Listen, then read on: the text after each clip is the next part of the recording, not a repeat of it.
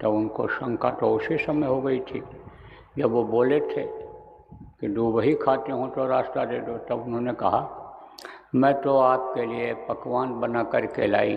कोशिश किया कि 36 प्रकार का भोजन हो जाए और आप खाए तो उसको, लेकिन यह है कि मिला करके खाया आपने। तो ये कैसे कहा जा सकता है कि आप दूब ही खाए?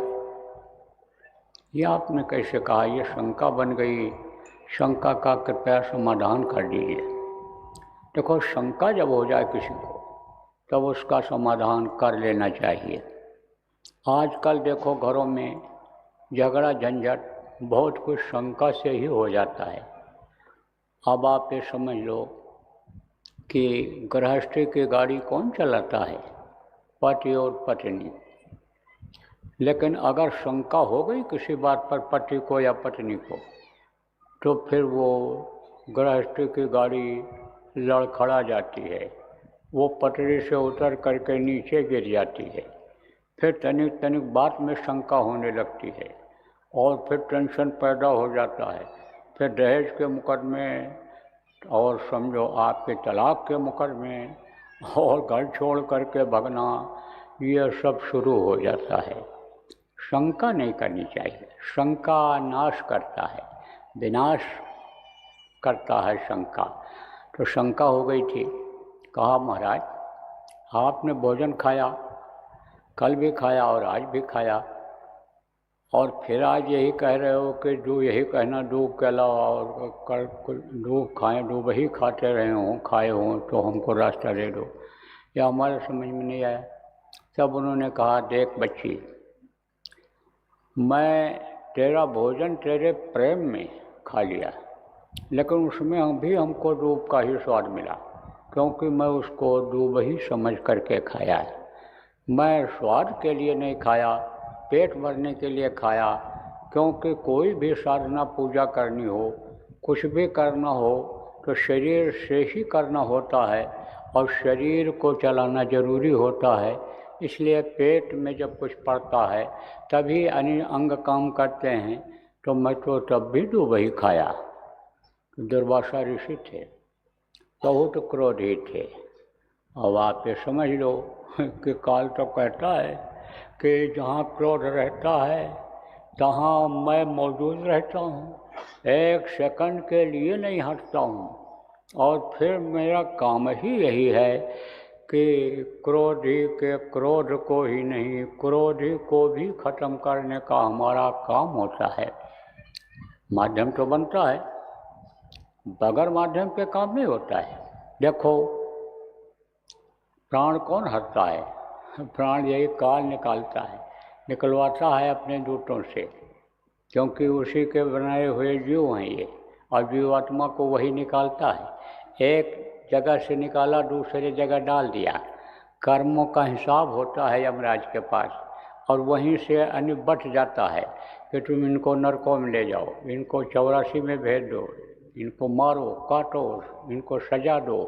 वहीं पर अन्य हिसाब होता है। जब शरीर पूरा हो जाता है, पूरे जीवन का हिसाब होता है, एक एक पल का लिखा जाता है। जो आदमी औरत जितना भी अन्य यहाँ पर है, जिसके अंदर पांचों तत्व हैं, चाहे हिंदू हो, चाहे मुसलमान हो, चाहे सिख हो, चाहे ईसाई हो, कोई भी हो, होश में आया नहीं कि उसका अच्छा और बुरा लिखा जाने लगता है। अब आप कहोगे क्या छोटे बच्चे का भी लिखा जाता है? उसके खाते में नहीं लिखा जाता है, उसके माता पिता के खाते में लिखा जाता है। मान लो किसी जीव को मार दिया लड़के ने, तो हत्या का पाप तो लगेगा ही लगेगा।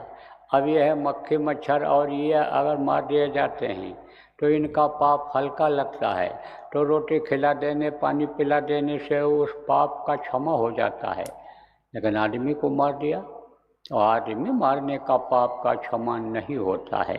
तो मान लो अगर किसी बच्चे ने ही यानी गोली चला दिया, कोई मर गया, सीख लिया उसने कैसे यानी गोली चलाते हैं, छोटा बच्चा अनजान है, नहीं पता है, मार दिया, मर गया, तो मानव हत्या का पाप तो लगा, आदमी मारने का पाप तो लगा। तो तो किसको लगेगा? उसके माता और पिता को लगेगा कि तुमने संभाला नहीं इसको, बताया नहीं, समझाया नहीं। तुमने रिवॉल्वर को, पिस्तौल को तुमने ऐसी जगह रख दिया और उसमें गोली डाल करके रख दिया कि बच्चा खेलने के हिसाब से भी आंख उठा लिया और वो ट्रिगर दब गया तो उसकी मृत्यु हो गई, तो पाप तो लगता ही लगता है। लेकिन 7 साल तक के बच्चे बच्चियों का पाप किसको लगता है? माता और पिता को लगता है। लेकिन 7 साल के बाद बच्चे होशियार हो जाते हैं, जानने समझने लगते हैं। और इस समय तो युग का प्रभाव है, 5 साल से ही जानने लग जाते हैं सब। जवान आदमी को नहीं मालूम होगा, पढ़ा लिखा को, जो गूगल में देख करके, मोबाइल में देख करके लड़के सब सीख जाते हैं, बता देते हैं कौन से पिक्चर में कौन सा हीरो है, कौन हीरोइन है, कौन साइड हीरो है, सब बता देते हैं। तो कहने का मतलब ये है कि जब जानकारी हो जाती है और जो भी कर्म बनते हैं, हाथ पैर आँख कान मुँह से जो भी शरीर से बनते हैं, वो सब नोट होता चला जाता है। उसका कंप्यूटर कभी भी बंद नहीं होता, उसका बही खाता कभी भी बंद नहीं होता है, उसमें बराबर कलम चलती रहती है, प्रिंट वो होता रहता है। जैसे पहले के समय में टेलीग्राफ होता था, टेलीग्राम लोग करते थे, यहाँ दबाते थे वहाँ ऐसे लिख जाया करता था, इसी तरह से उसका रहता है। तो कर्मों के अनुसार वो सजा देता है और कोई न कोई बहाना बनाता है काल। शरीर को खाली कराने का कोई न कोई बहाना बनाता है। बोले भाई क्या हो गया था, मर गए, कैसे हुआ, क्या हुआ? अरे भाई रात को पेट फूला, गैस बना और सुबह तक